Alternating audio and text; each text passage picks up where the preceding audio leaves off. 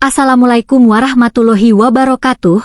Bayangkan, bagaimana rasanya jika rencana pernikahan yang sudah kalian siapkan dengan matang tiba-tiba hancur berantakan karena orang yang paling kalian percaya ternyata berkhianat di belakang kalian. Itulah yang dialami oleh Kanya. Rasa sakit hati yang luar biasa membuatnya harus lari meninggalkan Jakarta menuju Yogyakarta hanya untuk mencari ketenangan. Namun, siapa yang menyangka, di saat dia sedang merasa sendirian dan kesulitan uang di kota asing tersebut, muncul seorang pria sederhana yang mengubah jalan hidupnya selamanya. Apakah pertemuan ini memang sudah diatur oleh takdir untuk menyembuhkan lukanya? Namun sebelum kita mulai ke cerita ini, tuliskan dulu di kolom komentar dari kota mana kalian menonton. Semoga yang like dan subscribe channel ini dimudahkan urusannya, dilapangkan rezekinya, disehatkan badannya, dan dikabulkan hajat dunia akhirat oleh Allah Subhanahu wa Ta'ala. Amin ya Robbal Alamin. Sekarang mari kita masuk ke ceritanya. Luka di hati Kanya terasa begitu nyata, seperti sembilu yang menyayat tanpa henti. Segala rencana indah tentang masa depan yang ia bangun bersama tunangannya hancur seketika saat pengkhianatan itu terungkap. Jakarta, dengan segala hiruk-pikuk dan kenangannya, tiba-tiba terasa begitu menyesakkan napas. Kanya merasa harus pergi, harus lari sejauh mungkin agar ia tidak tenggelam dalam kesedihan yang tak berujung. Yogyakarta menjadi pilihan tujuannya. Sebuah kota yang ia harap bisa memberikan ketenangan dan pelukan hangat bagi jiwanya yang sedang rapuh. Sesampainya di Yogyakarta, Kanya memilih untuk tinggal di sebuah villa kecil yang jauh dari keramaian kota. Namun, kesunyian malam di tempat baru itu justru membuat kenangan pahit kembali menghampirinya. Perutnya terasa lapar karena sejak pagi ia belum makan dengan layak. Akhirnya, ia memutuskan untuk keluar mencari udara segar sekaligus mengisi perutnya yang mulai perih. Kanya berjalan menyusuri jalanan yang diterangi lampu temaram sampai ia menemukan sebuah angkringan di pinggir jalan. Aroma nasi kucing dan sate usus yang dibakar di atas arang menggoda seleranya. Ia pun duduk dan mulai memesan makanan. Suasana angkringan yang sederhana dan obrolan ringan orang-orang di sekitarnya sempat membuatnya sedikit melupakan rasa sakit hatinya. Namun, saat hendak membayar, kepanikan melanda diri Kanya. Ia baru menyadari bahwa ia tidak membawa uang tunai sama sekali di dalam tasnya. Seluruh uangnya ada di dalam dompet yang tertinggal di villa, sementara ia hanya membawa ponsel. Penjual angkringan itu tampak bingung saat Kanya menanyakan apakah bisa membayar dengan aplikasi digital. Ternyata, angkringan kecil itu hanya menerima pembayaran tunai. Kanya mulai merasa sangat malu dan gelisah. Ia melihat sekeliling, berharap ada mesin ATM, namun tempat itu cukup jauh dari pusat keramaian. Wajah Kanya memucat, ia berkali-kali meminta maaf kepada penjual angkringan yang juga mulai tampak tidak nyaman. Di tengah rasa malunya yang begitu besar, seorang pria dengan jaket hijau khas pengemudi ojek online tiba-tiba mendekat ke meja kasir. Pria itu baru saja selesai memarkirkan motornya. "Sampun Pak, biar saya saja yang bayar semuanya," kata pria itu dengan suara yang lembut dan tenang. Kanya tertegun dan menatap pria yang baru saja menolongnya. Pria itu tersenyum ramah, memperlihatkan wajah yang tulus tanpa maksud terselubung.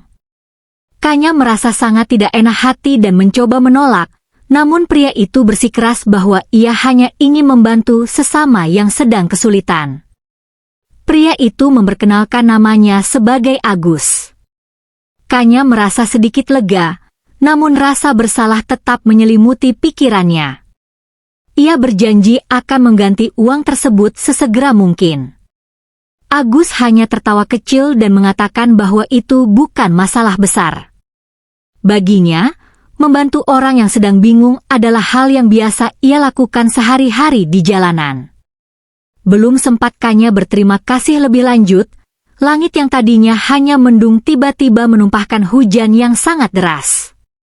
Suara air yang menghantam atap seng angkringan terdengar begitu bising. Kanya berdiri di bawah perlindungan atap kecil, merasa bingung bagaimana caranya ia bisa kembali ke villa dalam kondisi seperti ini. Tidak ada taksi yang lewat, dan aplikasi di ponselnya menunjukkan tidak ada pengemudi yang tersedia di area sepi itu. Melihat Kanya yang tampak kebingungan menatap hujan, Agus menawarkan bantuan lagi. Ia menawarkan diri untuk mengantar Kanya kembali ke tempat menginapnya menggunakan motornya, asalkan Kanya mau menggunakan jas hujan cadangan yang ia bawa. Kanya sempat ragu, namun kebaikan yang Agus tunjukkan tadi membuatnya merasa bahwa pria ini adalah orang baik. Dengan hati yang masih berdebar karena rasa takut dan haru, Kanya akhirnya menerima tawaran Agus. Di atas motor, di tengah guyuran hujan lebat Yogyakarta, Kanya terdiam. Ada perasaan aneh yang menyelinap di hatinya. Di tengah rasa sakit hatinya karena ditinggalkan oleh orang yang ia cintai, ia justru dipertemukan dengan orang asing yang menunjukkan kebaikan tanpa pamrih. Perjalanan pulang menuju villa yang gelap itu menjadi awal dari sesuatu yang tidak pernah Kanya duga sebelumnya. Ia tidak tahu bahwa pertemuan di angkringan ini akan mengubah jalan hidupnya untuk selamanya. Sesampainya di depan gerbang villa yang asri, Kanya turun dari motor dengan perasaan yang jauh lebih tenang dibanding saat ia pergi tadi sore. Ia segera melepas jas hujan plastik yang dipinjamkan Agus sambil berulang kali mengucapkan terima kasih. Sebelum Agus berpamitan, Kanya memberanikan diri untuk meminta nomor telepon pria itu dengan alasan ingin mengganti uang makan yang sudah dibayarkan. Agus awalnya sempat menolak halus dan mengatakan bahwa ia benar-benar ikhlas menolong, namun karena Kanya terus mendesak dengan wajah memohon, akhirnya Agus memberikan nomor ponselnya. Malam itu, Kanya berbaring di atas tempat tidur sambil menatap langit-langit kamar yang tinggi. Suara rintik hujan di luar masih terdengar pelan, namun entah mengapa, rasa sesak di dadanya akibat dikhianati oleh tunangannya sedikit berkurang. Bayangan senyum tulus Agus dan caranya berbicara yang santun seolah menjadi obat penenang yang baru bagi Kanya. Ia merasa ada sesuatu yang sangat berbeda dari pria sederhana itu, sesuatu yang tidak pernah ia temukan dalam kehidupan mewahnya di Jakarta. Kanya mulai merasa bahwa perjalanannya ke Yogyakarta kali ini mungkin memang sudah diatur oleh jalan hidup untuk mempertemukannya dengan orang-orang baik. Keesokan harinya, Kanya mengirimkan pesan singkat kepada Agus.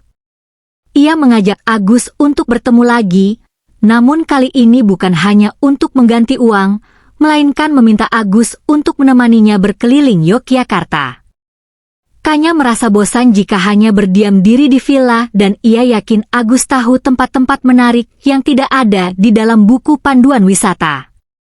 Agus pun setuju, dan siang itu ia datang menjemput Kanya dengan penampilan yang rapi meski tetap sederhana. Tujuan pertama mereka adalah sebuah warung gudeg legendaris yang letaknya tersembunyi di dalam sebuah gang kecil. Kanya sempat heran karena tempatnya sangat bersahaja.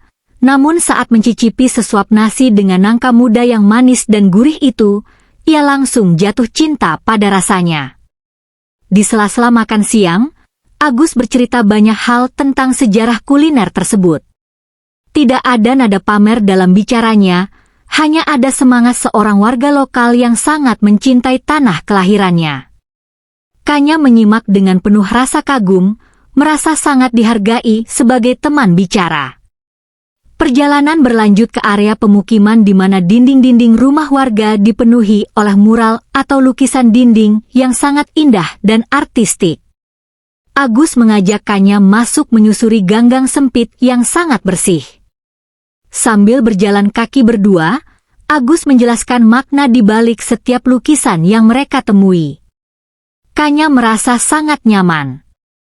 Ia yang biasanya selalu menjaga citra dan terlihat kaku di depan orang lain, kini bisa tertawa lepas saat Agus sesekali melontarkan candaan ringan. Di tempat ini, Kanya merasa tidak ada yang menghakimi dirinya. Seiring berjalannya waktu, pertemuan mereka menjadi semakin sering dan rutin. Kanya tidak lagi merasa seperti seorang turis yang sedang tersesat, melainkan seperti seorang sahabat bagi Agus. Di bawah pohon beringin yang rindang atau saat duduk santai di pinggir jalan sambil menikmati wedang ronde, Kanya mulai berani membuka diri. Ia menceritakan bagaimana hancurnya perasaannya saat mengetahui orang yang paling ia percaya justru pergi meninggalkan luka yang begitu dalam. Agus mendengarkan setiap kata yang keluar dari mulut Kanya dengan penuh perhatian dan kesabaran. Ia tidak memberikan nasihat yang sulit atau kata-kata yang sok tahu, ia hanya memberikan ketenangan melalui kehadirannya.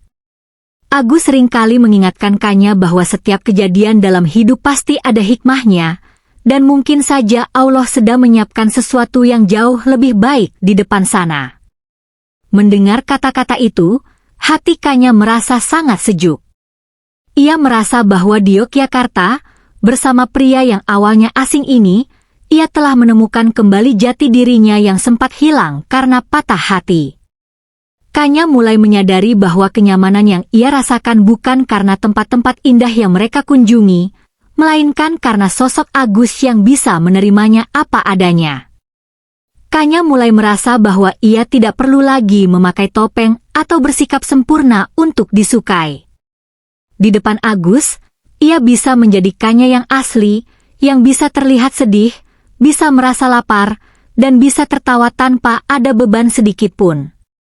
Hubungan yang awalnya hanya bermula dari sebuah bantuan di angkringan, kini perlahan-lahan berubah menjadi sebuah ikatan yang lebih dalam dan penuh dengan makna bagi hidup Kanya yang baru. Sore itu, langit Yogyakarta berwarna jingga kemerahan saat Agus memacu sepeda motornya menuju ke arah timur. Kali ini, ia ingin mengajak Kanya melihat kemegahan Candi Prambanan. Kanya duduk di belakang dengan perasaan yang jauh lebih tenang dibandingkan saat pertama kali ia menginjakan kaki di kota ini. Tidak ada lagi sesak di dada atau air mata yang siap tumpah setiap kali ia teringat masa lalunya yang pahit. Di atas motor itu, Kanya memandangi punggung Agus yang terlihat kokoh meskipun hanya mengenakan jaket kain yang sudah agak pudar warnanya. Baginya, pria ini adalah sosok yang telah menyelamatkan kewarasannya. Setibanya di area candi, mereka berjalan perlahan di antara tumpukan batu-batu bersejarah yang berdiri megah.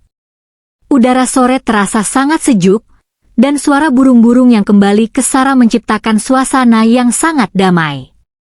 Kanya berhenti sejenak, menatap puncak candi yang menjulang tinggi ke arah langit. Ia merasa sangat kecil di tengah sejarah yang begitu besar, namun di saat yang sama, ia merasa sangat utuh. Sepanjang perjalanan mereka berkeliling, Agus tetap menjadi pendengar yang baik. Ia tidak banyak bicara jika tidak diminta, namun kehadirannya memberikan rasa aman yang luar biasa bagi Kanya. Saat mereka duduk beristirahat di salah satu sudut taman yang menghadap langsung ke bangunan candi utama, suasana menjadi sangat hening. Kanya menarik napas panjang, menghirup aroma tanah dan rumput yang basah. Kanya kemudian menoleh ke arah Agus yang sedang duduk dengan tenang di sampingnya. Ia merasa inilah saat yang tepat untuk membicarakan sesuatu yang sudah lama ia renungkan di dalam hatinya. Kanya bercerita bahwa selama tinggal di Yogyakarta dan menghabiskan waktu bersama Agus, ia banyak belajar tentang arti keikhlasan. Ia melihat bagaimana Agus menjalani hidup dengan sangat sederhana, namun selalu terlihat bahagia dan penuh rasa syukur. Kanya merasa bahwa ketenangan yang dimiliki Agus bersumber dari keyakinan yang sangat kuat kepada Sang Pencipta. Dengan suara yang sedikit bergetar namun terdengar mantap, Kanya mulai membuka pembicaraan yang lebih serius. Ia mengatakan kepada Agus bahwa ia merasa telah menemukan jalan yang selama ini ia cari. Kanya menyatakan niatnya untuk mulai belajar agama lebih dalam dan berencana untuk menjadi seorang mualaf. Ia ingin meninggalkan masa lalunya yang kelam dan memulai hidup baru dengan keyakinan yang baru. Ia merasa bahwa dengan cara inilah ia bisa benar-benar sembuh dari segala luka yang pernah ia alami. Mendengar hal itu, Agus terdiam sejenak. Ia menatapkannya dengan tatapan yang sangat dalam dan penuh rasa tidak percaya. Ada rasa haru yang terlihat jelas di matanya. Agus tidak menyangka bahwa pertemanan sederhana mereka bisa membawa pengaruh yang begitu besar bagi kehidupan spiritual Kanya. Dengan perlahan, Agus berkata bahwa ia sangat mendukung keputusan itu jika memang datang dari ketulusan hati Kanya sendiri. Ia berjanji akan selalu ada di samping Kanya untuk membimbing dan menemaninya belajar langkah demi langkah. Agus mengatakan bahwa semua ini adalah kehendak dari Allah yang telah mempertemukan mereka dengan cara yang tidak terduga. Ia juga bercerita bahwa sebenarnya ia sering mendoakan kebaikan untuk Kanya dalam setiap ibadahnya. Kanya merasa sangat tersentuh mendengar pengakuan jujur dari pria di sampingnya itu. Di bawah bayang-bayang candi Prambananya megah, Kanya merasa beban di pundaknya seolah-olah terangkat sepenuhnya. Ia merasa telah menemukan rumah yang sesungguhnya. Namun, di balik rasa bahagianya, Agus sebenarnya menyimpan sebuah keraguan di dalam hati. Ia merasa dirinya hanyalah seorang pengemudi ojek online yang hidupnya pas-pasan, sedangkan Kanya adalah wanita kota yang berpendidikan dan terlihat dari keluarga berada. Perbedaan status sosial itu sempat membuat Agus merasa tidak percaya diri untuk menunjukkan perasaan yang lebih dari sekadar teman. Ia takut jika perasaannya justru akan merusak kenyamanan yang sudah mereka bangun selama ini. Tetapi, melihat ketulusan Kanya dan bagaimana wanita itu mau menerima kesederhanaan hidup di Yogyakarta, keberanian Agus mulai tumbuh. Ia menyadari bahwa cinta tidak selalu soal harta atau status, melainkan soal siapa yang bisa membuat hati merasa tenang dan dihargai. Sore itu, di tengah angin sepo-sepo yang bertiup di antara bebatuan candi, sebuah keputusan besar telah diambil oleh Kanya, dan sebuah perasaan baru mulai berakar semakin kuat di hati Agus. Mereka pun beranjak pergi meninggalkan area candi saat matahari mulai menghilang di ufuk barat. Di dalam hati masing-masing, ada sebuah harapan baru yang mulai mekar. Kanya merasa sangat tidak sabar untuk memulai lembaran hidup barunya, sementara Agus mulai memikirkan cara untuk mengungkapkan apa yang sebenarnya ia rasakan selama ini. Perjalanan pulang mereka terasa lebih hangat, meskipun tidak banyak kata-kata yang terucap, karena hati mereka kini sudah saling bicara dalam frekuensi yang sama. Kanya tahu, keputusannya untuk menetap di Yogyakarta dan mengenal Agus adalah hal terbaik yang pernah terjadi dalam hidupnya. Ia tidak lagi melihat pengkhianatan masa lalu sebagai sebuah musibah, melainkan sebagai cara Allah untuk membimbingnya menuju kebahagiaan yang jauh lebih sejati. Beberapa hari setelah kunjungan mereka ke Candi Prambanan, niat Kanya untuk memeluk agama Islam semakin bulat. Ia merasa bahwa keputusannya ini bukan sekadar pelarian dari rasa sakit hati, melainkan sebuah panggilan jiwa yang memberinya kedamaian yang selama ini ia cari. Kanya mulai rajin bertanya kepada Agus tentang dasar-dasar agama, dan dengan sabar, Agus menjelaskan segala sesuatunya dengan bahasa yang sangat sederhana. Agus tidak ingin menggurui, ia hanya ingin menjadi jembatan bagi Kanya untuk menemukan jalan barunya. Pagi itu, udara Yogyakarta terasa sangat sejuk. Agus menjemput Kanya di vilanya untuk mengantarnya menemui seorang pemuka agama di sebuah masjid yang tenang. Di sana, dengan disaksikan oleh beberapa orang saksi yang bersahaja, Kanya mengucapkan 2 kalimat syahadat. Suasana di dalam masjid terasa sangat hikmat. Saat kalimat itu selesai diucapkan, air mata Kanya menetes perlahan. Ia merasa seolah-olah seluruh beban masa lalunya luruh bersama air mata itu. Agus yang berdiri tidak jauh darinya, menundukkan kepala dengan rasa haru yang luar biasa. Ia merasa sangat bersyukur karena Allah telah memberinya kesempatan untuk menyaksikan momen yang sangat suci ini. Setelah prosesi itu selesai, mereka duduk sejenak di teras masjid. Kanya merasa hatinya begitu plong dan ringan. Ia menatap ke arah langit biru dan berulang kali mengucap Alhamdulillah.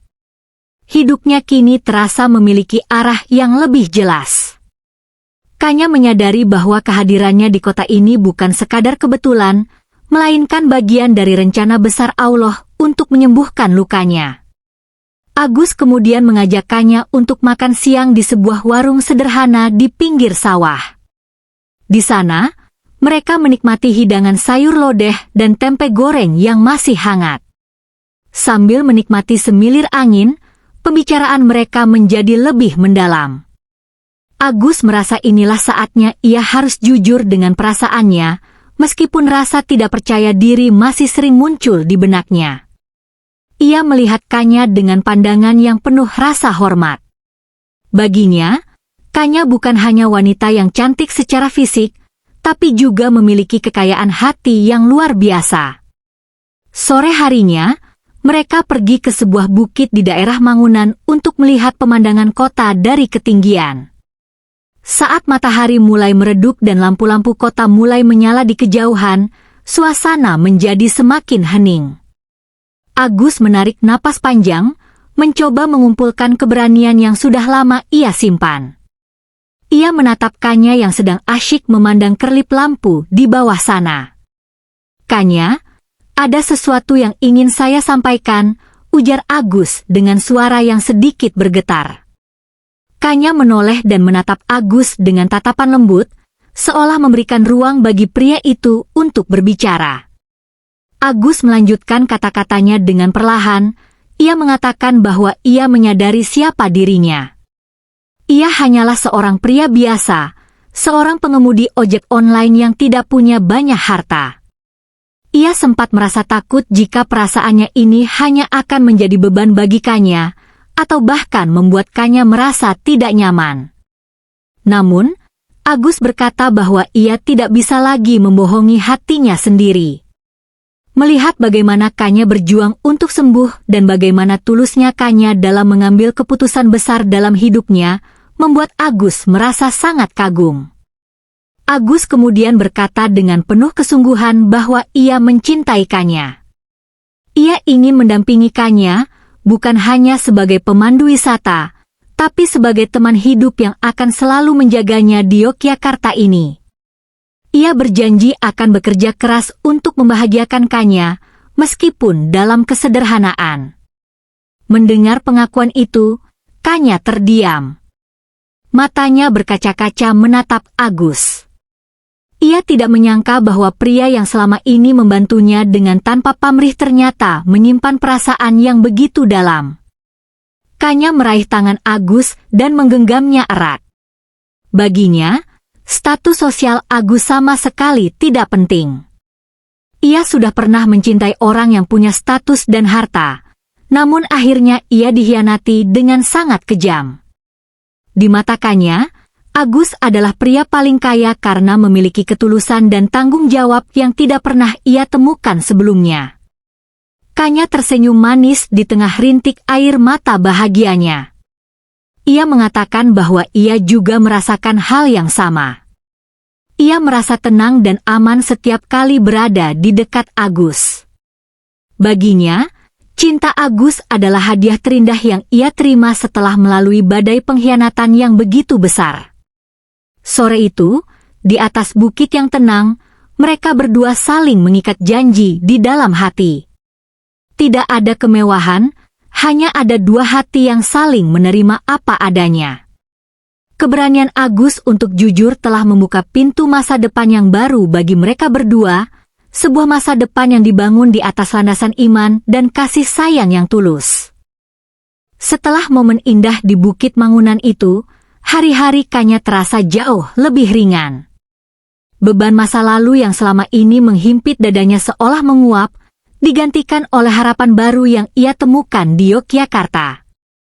Kanya merasa bahwa pertemuannya dengan Agus bukanlah sekadar kebetulan, melainkan sebuah rencana indah dari Sang Pencipta untuk menyembuhkan luka hatinya.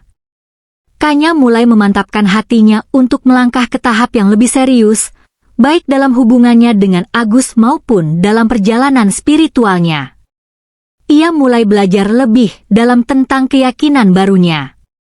Agus dengan penuh kesabaran menemani Kanya berkonsultasi dengan seorang pemuka agama di sebuah masjid yang tenang. Kanya belajar cara berwudu, mengenal gerakan salat, dan memahami makna di balik setiap doa. Bagi Kanya, setiap kata yang ia pelajari memberikan ketenangan yang tidak pernah ia rasakan sebelumnya. Ia merasa seperti bayi yang baru lahir, bersih dan memiliki tujuan hidup yang jelas. Proses Kanya menjadi seorang mualaf berlangsung dengan sangat hikmat di sebuah masjid kecil yang asri. Saat ia mengucapkan kalimat syahadat, air mata menetes di pipinya. Itu bukan air mata kesedihan, melainkan air mata kelegaan. Agus yang berdiri tidak jauh darinya turut merasakan kebahagiaan yang mendalam. Alhamdulillah, gumam Agus lirih sambil menatap Kanya dengan penuh rasa bangga. Sejak saat itu, Kanya merasa memiliki ikatan yang semakin kuat dengan Allah, dan ia merasa siap untuk membangun rumah tangga yang dilandasi oleh iman bersama Agus. Persiapan pernikahan mereka dilakukan dengan sangat sederhana. Kanya tidak menginginkan pesta yang mewah atau undangan yang berlebihan. Ia hanya ingin sebuah ikatan yang sah di mata agama dan hukum, yang dihadiri oleh orang-orang terdekat yang benar-benar tulus mendoakan mereka. Mereka memilih sebuah villa kecil di daerah pinggiran Yogyakarta sebagai tempat berlangsungnya acara. Villa itu dikelilingi oleh pepohonan hijau dan suara gemericik air sungai yang menenangkan, sangat cocok dengan suasana hati mereka yang mendambakan kedamaian. Pada hari pernikahan yang dinanti, suasana villa tersebut terasa sangat hangat. Tidak ada dekorasi yang megah, hanya ada bunga-bunga segar dari pasar lokal yang ditata dengan rapi oleh tangan Kanya sendiri. Kanya mengenakan kebaya putih sederhana yang membuatnya tampak sangat anggun, sementara Agus terlihat gagah dengan pakaian tradisional Jawa yang bersahaja. Meskipun sederhana, namun raut kebahagiaan terpancar jelas dari wajah keduanya. Saat prosesi akad nikah dimulai, suasana mendadak menjadi sangat sunyi.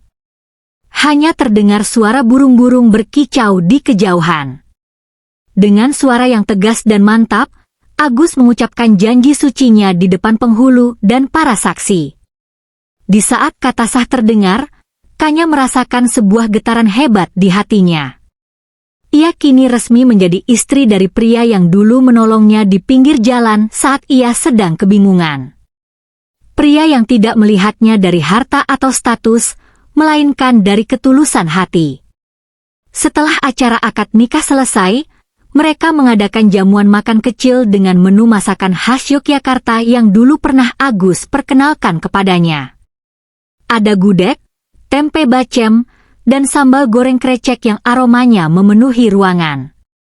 Para tamu yang hadir, yang sebagian besar adalah warga sekitar dan teman-teman Agus, memberikan ucapan selamat dengan penuh kehangatan. Kanya merasa sangat diterima di lingkungan ini. Ia tidak lagi merasa seperti orang asing yang sedang melarikan diri, melainkan seperti seseorang yang akhirnya pulang ke rumahnya sendiri. Malam harinya, saat tamu-tamu sudah pulang, Kanya dan Agus duduk berdua di teras villa sambil menatap langit malam Yogyakarta yang cerah. Kanya menyandarkan kepalanya di bahu Agus, merasakan kehangatan yang selama ini ia cari. Ia teringat kembali masa-masa sulit saat ia pertama kali tiba di kota ini dengan hati yang hancur berkeping-keping. Siapa yang menyangka bahwa pengkhianatan yang begitu menyakitkan itu justru membawanya pada kebahagiaan yang jauh lebih besar.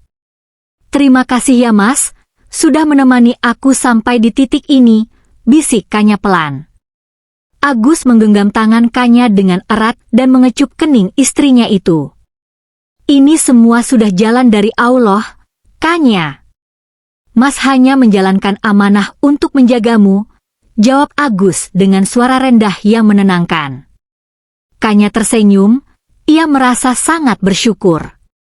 Di Yogyakarta ini, ia tidak hanya menemukan tempat tinggal baru, tetapi ia juga menemukan jati diri dan cinta sejati yang membawanya lebih dekat kepada Sang Pencipta. Perjalanan panjangnya kini telah sampai pada sebuah akhir yang manis, sebuah awal dari kehidupan baru yang penuh dengan berkah dan kedamaian.